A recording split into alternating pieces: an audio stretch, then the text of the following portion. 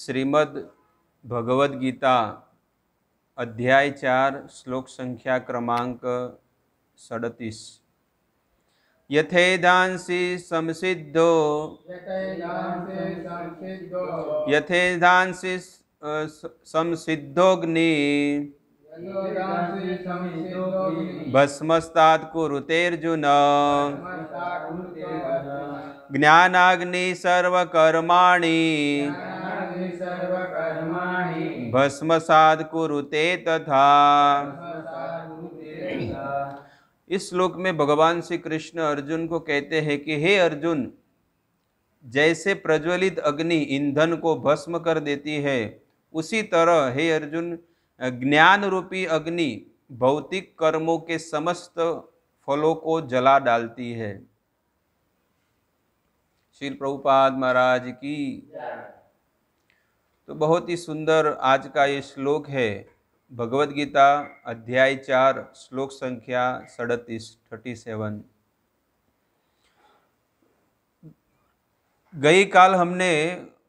कल हमने सुना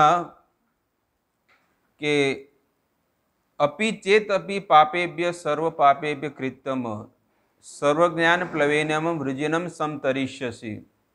कल हमने सुना कि कैसे ज्ञान रूपी नौका में सवार होकर ये जीवात्मा भवसागर को पार हो सकता है। और यहाँ पर आज के श्लोक में भगवान श्री कृष्ण अर्जुन को कहते हैं कि ज्ञान रूपी, जैसे ज्ञान रूपी भवसागर को अगर पार होना है तो यहाँ पर आचार्यगण टीका में लिखते हैं कि भवसागर को पार तो हो जाएगा, लेकिन वो भवसागर जो है ना वो तो रहेगा ही रहेगा। अर्थात वो उसको क्या करना है, तो यहाँ पर कहते हैं कि अग्नि रूपी ईंधन, जैसे अग्नि रूपी जो ईंधन होता है कैसे पूरा काष्ठ को जला देता है। लकड़ी के अंदर जो अग्नि आती है ना तो पूरे काष्ठ को, जो लकड़ी को पूरा जला देती है। और कब तक जलाएगी? जब तक लकड़ी का अस्तित्व है तब तक जलाएगी। समझ में आई बात? जब तक लकड़ी का अस्तित्व है और उसके अंदर आग लग गई है, तो जब तक पूरी लकड़ी को नहीं जला देगी तब तक वो अग्नि उस काष्ठ को छोड़ेगी नहीं। वैसे ही यहां पर बताया गया है, भगवान अर्जुन को ये बताना चाहते हैं कि जब तक जीवात्मा अपने जीवन में, जब तक ये भौतिक शरीर है तब तक वो ज्ञान लेता रहेगा, तो निश्चित ही उसका जितना भी जो अज्ञान है ना वो सब नष्ट हो जाएगा और उससे ज्ञान प्रकट होगा कि मेरे जीवन का वास्तविक लक्ष्य क्या है। अगर वो जीवात्मा श्रवण करना छोड़ देगा, भगवान की कथा सुनना अगर छोड़ देगा, तो निश्चित ही वो जीवन में भक्ति का वो उसी लेवल पे ही रहेगा, आगे बढ़ने वाला नहीं है। इसलिए यहां पर बताया गया है कि जैसे एक लकड़ी में अगर आग लग गई ना तो निश्चित ही वो पूरा लकड़ी को जलाकर भस्म कर देगा। वैसे ही जीवात्मा अगर अपने इस भौतिक शरीर को जब तक धारण किए हुआ है, जब तक इस भौतिक शरीर में है, हाड़ मांस के शरीर में, तब तक अगर वो श्रवण करना छोड़ देगा तो कभी भी वो इस भवसागर से पार नहीं होगा। लेकिन अगर वो श्रवण करना शुरू रखेगा तो निश्चित ही वो भवसागर को पार हो पाएगा। तो यहाँ पर कई बार लोग सोचते हैं, अरे मैंने तो बहुत सुन लिया, अभी सार क्या है? वृंदावन में जाऊंगा और भजन करूंगा, भक्ति करूंगा। सब लोगों का यही सार होता है कि मायापुर जाऊंगा, भजन करूंगा, लेकिन परिपक्व अवस्था नहीं है। यही प्रश्न मैंने जब गुरु महाराज के पास गए तब मैंने यही प्रश्न पूछा था कि गुरु महाराज मुझे आज्ञा दीजिए, मुझे क्या करना है। तब गुरु महाराज कहते हैं कि आप प्रचार कीजिए। तब मैंने कहा मेरी तो ये इच्छा है कि मैं वृंदावन धाम में जाकर भगवान का भजन करूं, ठाकुर जी का भजन करूं।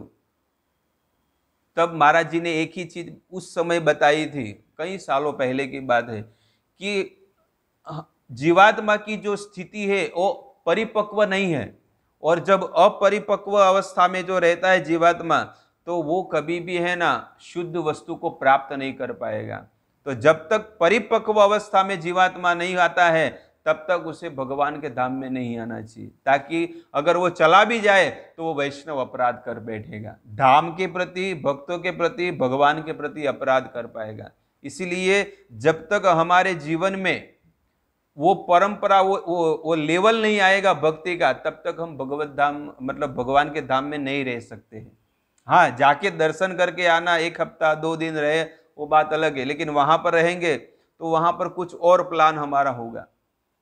तो इस श्लोक में यहाँ पर बताया गया है कि परिपक्व अवस्था में आना चाहिए। अगर उस लेवल तक अगर नहीं पहुंचते हैं तो हमें यहाँ पर बताया गया है कि प्रतिदिन हमें श्रवण भक्ति करनी चाहिए, सुनना चाहिए। जितना आप भगवान के प्रति सुनोगे, निश्चित ही आप उतना भक्ति में आगे बढ़ोगे। हरे कृष्णा कृष्ण कृष्ण हरे हरे, हरे राम राम राम हरे हरे। तो ज्ञानाग्नि सर्वकर्माणि भस्मसात कुरुते तथा, दूसरी लाइन में कहते हैं कि जैसे एक काष्ठ पूरे, एक आग अग्नि है ना, पूरे काष्ठ को जलाकर भस्म कर देती है, वैसे ही इस संसार में हमारा जो ये अज्ञान है, क्या अज्ञान है कि मैं किसी का पुत्र हूं, मैं किसी का पिता हूं, मैं किसी का भाई हूं, ये अज्ञान हमारे अंदर भरा है और यही काष्ठ के समान गिनाया गया है। लेकिन जब वो ज्ञान रूपी अग्नि को उससे जोड़ देगा तो उसका जितना भी अज्ञान है ना, वो सब नष्ट हो जाएगा। इस आचार्यगण इसमें बताते हैं। और इसमें और एक चीज बताते हैं कि ये जो भी कार्य होता है वो प्रकृति के अनुसार होता है, हम नहीं करते हैं। हमको ये लगता है कि हम कर रहे हैं, हम कुछ भी नहीं करते। प्रकृति हमसे क्या कहते हैं, बाय फोर्स हमसे करवा रही है। ये कार्य क्या करवा रही है, बाय फोर्स हमसे हो रहा है। तो यहां पर बताया गया है कि प्रकृति से ही ये जीवात्मा प्रकट होता है, लेकिन जीवात्मा कुछ नहीं करता है। जीवात्मा के अंदर कोई शक्ति नहीं है, वो तो भगवान उसे शक्ति देते हैं और प्रकृति के द्वारा ही ये जीवात्मा आगे बढ़ता रहता है। प्रकृति द्वारा जीवात्मा आगे बढ़ता रहता है। जैसे खाना, सबसे पहली चीज यहां पर बताते आचार्यगण, कहते हैं खाना। देखिए आगे ऊपर बताया गया। फिर पीना, पानी, जल पीना। तो ये शरीर को कब भूख लगती है, जब अंदर आत्मा है। हमारी इच्छा नहीं, हमको थोड़ा मालूम पड़ता है, लेकिन शरीर के अंदर है ना कुछ कमी होती है तो तुरंत ही आत्मा और मन क्या सोचता है कि मुझे ये कार्य करना है। तो खाना, पीना, चलना, देखना, बोलना, ये सब क्रियाएं है ना, ये मनुष्य को ये प्रकृति के द्वारा होती है, वो खुद नहीं करता है। तो जब तक ये भौतिक शरीर है तब तक ही ये कार्य हम करते रहेंगे। शरीर थक जाता है तो हम क्या करते हैं, चलो अभी थोड़ी देर सोना है। लेकिन हम सोचेंगे नहीं अभी तो जप करेंगे, कुछ सेवा करेंगे, नहीं अभी छोड़ो भाई, अभी कुछ नहीं, अभी केवल क्या करना है। तो ये प्रकृति के द्वारा सब कुछ होगा। रात को 9 बजे, 10 बजे, 11 बजे तो हमारी इच्छा होगी कि चलो अभी क्या करना है। ये हमारी इच्छा नहीं है, लेकिन प्रकृति के द्वारा ये सब कुछ चक्र चलता ही रहता है। तो यहां पर 13वें अध्याय के 29 नंबर श्लोक आप खोलिए, देखिए 13वां अध्याय 29 नंबर श्लोक।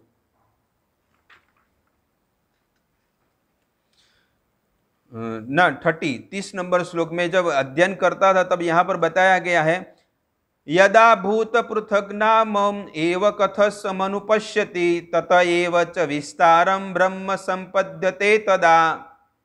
जे काळे साधक प्राणीओना अलग अलग भावोने एक प्रकृतिમાં જ રહેલા જુએ છે તથા એ પ્રકૃતિથી જ એ બધાનો વિસ્તાર જુએ છે, એ જ ક્ષણે તે બ્રહ્મને પ્રાપ્ત થઈ જાય છે। બ્રહ્મને અર્થાત भगवान को। कब? जब सभी जीवों के अंदर, सभी जीवों के हृदय के अंदर भगवान का दर्शन करता है और इस प्रकृति में भी सभी जगह पर भगवान के दर्शन करता है। कोई भी अंडांतरस्थ परमाणु तया चरंतस्थम। तो कहते हैं सभी जीवों में अगर वो जीवात्मा भगवान के दर्शन करता है कि ये सब पूरी प्रकृति भगवान के इशारे से चलती है और मैं केवल एक निमित्त मात्र हूं, मैं तो यहां पर ठाकुर जी की सेवा करने के लिए ही हूं। और ये भाव कब आएगा? जब हम आत्मा के लेवल पे कर्म करेंगे। और इसका और एक उदाहरण बताते हैं, भगवान भगवत गीता में बताते हैं, 5वां अध्याय और 18 नंबर श्लोक में बताया है। आपके पास गीता होगी तो आप देख सकते हैं, 5वां अध्याय 18 नंबर श्लोक में कहते हैं,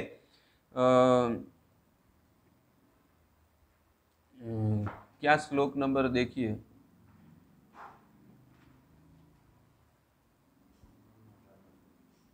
5वां अध्याय 18 नंबर श्लोक खोलिए। विद्या विनय संपन्ने ब्राह्मणे गवि हस्तिनी सुनीचेव स्वपाके पंडिता समदर्शिन। विद्या विनय संपन्न, एक विद्वान पुरुष जो होता है ना, जिसने ये पूरे शास्त्रों का ज्ञान लेकर, भागवत का ज्ञान लेकर, जितने भी वेदों का ज्ञान ले लिया है, उसका सार क्या है? सार एक ही है कि वो सभी जीवों के हृदय में भगवान का दर्शन करेगा। फिर कभी भी वो अपराध नहीं करेगा, वो जीवात्मा फिर कभी भी अपराध नहीं करेगा, वो सबके अंदर भगवान का दर्शन करेगा।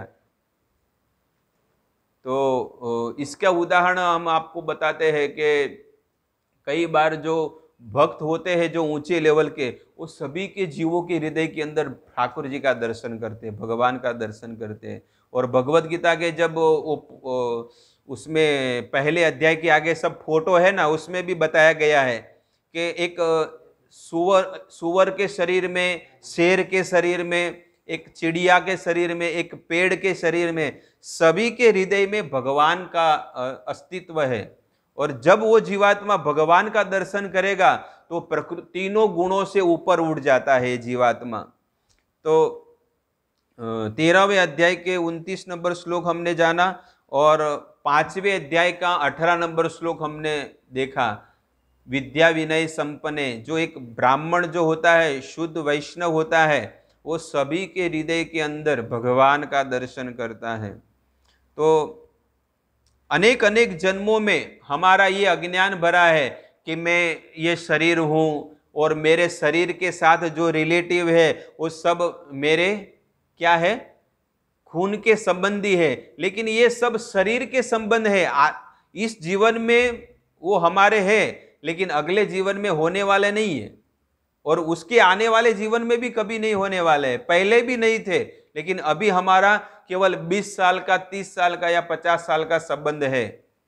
तो यहां पर इस श्लोक में हमें केवल इतना ही जानने मिलता है कि जीवात्मा अगर भक्ति के लेवल में टिका रहना चाहता है तो श्रवण भक्ति कभी भी नहीं छोड़नी चाहिए। और हमारे शास्त्र में, भागवत में भी बताया गया है कि श्रवणम कीर्तनम विष्णु स्मरणम, सबसे पहली भक्ति क्या है नवदा भक्ति में? श्रवण। अगर जिसका श्रवण जितना अच्छा है उसका नाम जप भी उतना अच्छा होगा। अगर श्रवण हमारा बरोबर नहीं है, श्रवण भक्ति हमारी अगर बरोबर नहीं है, तो नाम जब ठीक से नहीं होगा और हम क्या करेंगे? उससे हम अपराध कर बैठेंगे।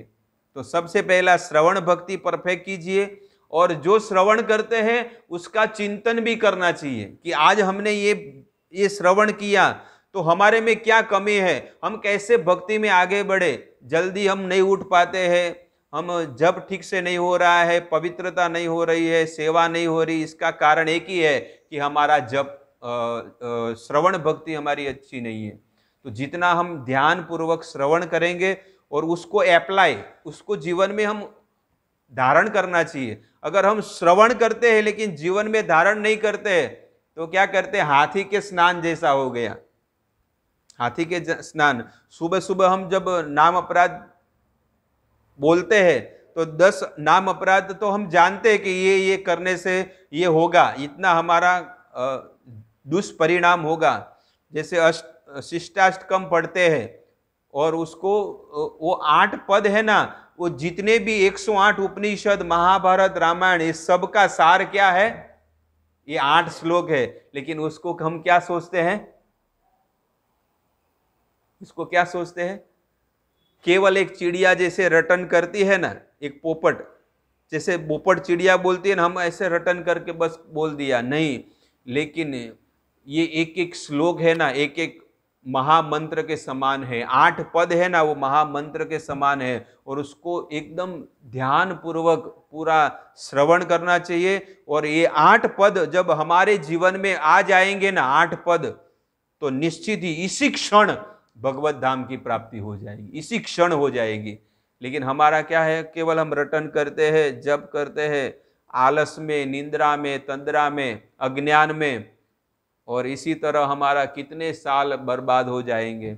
लेकिन अगर जीवन में अगर आगे बढ़ना है भक्ति में, इसी क्षण में, इसी क्षण मतलब इसी जीवन में अगर भगवत की प्राप्ति करनी है, भगवान की प्राप्ति करनी है, तो हमें ध्यान पूर्वक भक्ति के हर एक कार्य करना है। हमें यही सोचना है कि ये कार्य जो हमें मिला है, ये भगवान ने हमारे अंदर कुछ ऐसे गुण देखा है, इसलिए हमको ये कार्य सौंपा है। नहीं तो लाखों करोड़ों लोग इस संसार में, क्यों किसी को ये सेवा नहीं सौंपी है, और हमको क्यों सौंपी है? क्योंकि भगवान ने हमारे अंदर कुछ लायकात देखी है। इसलिए एक एक शब्द निकालते समय हमें ध्यान पूर्वक 100 बार सोचकर करना है। कोई भी शब्द हम निकालते हैं तो शास्त्र कहते हैं, चाणक्य नीति के 3 बार सोचकर आप निकालो कोई भी शब्द, क्योंकि एक बार शब्द निकल गया ना, वो वापस रिटर्न में आने वाला नहीं है, और वही शब्द हमारे आने वाले जीवन में जहर बनेगा। इसलिए सोचकर ही हमें कोई भी वाणी का उपयोग करना चाहिए। कभी कभी क्या होता है, एक व्यक्ति वाणी बोलता है तो उस वाणी से बहुत अच्छा कार्य होता है, समाज के लिए, परिवार के लिए, कुटुंब के लिए। लेकिन एक व्यक्ति अगर कोई वही वाणी बोलता है, लेकिन वो वाणी का उपयोग करता है, तो पूरे परिवार का, समाज का क्या हो जाता है? सत्यानाश हो जाता है। वाणी एक ही है, लेकिन बोलने में बहुत फर्क है। तो आज के श्लोक में मैं इतना ही कहना चाहता हूं कि जब तक ये काया है, जब तक ये शरीर है, तब तक आप श्रवण भक्ति मत छोड़ो। अगर श्रवण जितना अच्छा होगा, भगवान की कथा जितना आप अच्छे से सुनोगे, उतना ही अच्छा जप होगा, और जितना अच्छा जप होगा उतनी अच्छी सेवा होगी। इतना समझ लीजिए। ये पूरा एक चीज दूसरी चीज से जुड़ी हुई है, एक चीज दूसरी चीज से जुड़ी हुई है। श्रवण अच्छा है तो आपका कीर्तन अच्छा होगा, अर्थात नाम जप अच्छा होगा, और नाम जप अच्छा है तो आपकी सेवा भी अच्छी होगी। आपको सेवा में रुचि होगी कि नहीं, मुझे ये सेवा करना है, मुझे ये कार्य करना है। तो यहाँ पर ही मैं मेरी वाणी को विराम देता हूँ। किसी का कोई प्रश्न है तो आप पूछ सकते हैं। हरे कृष्ण।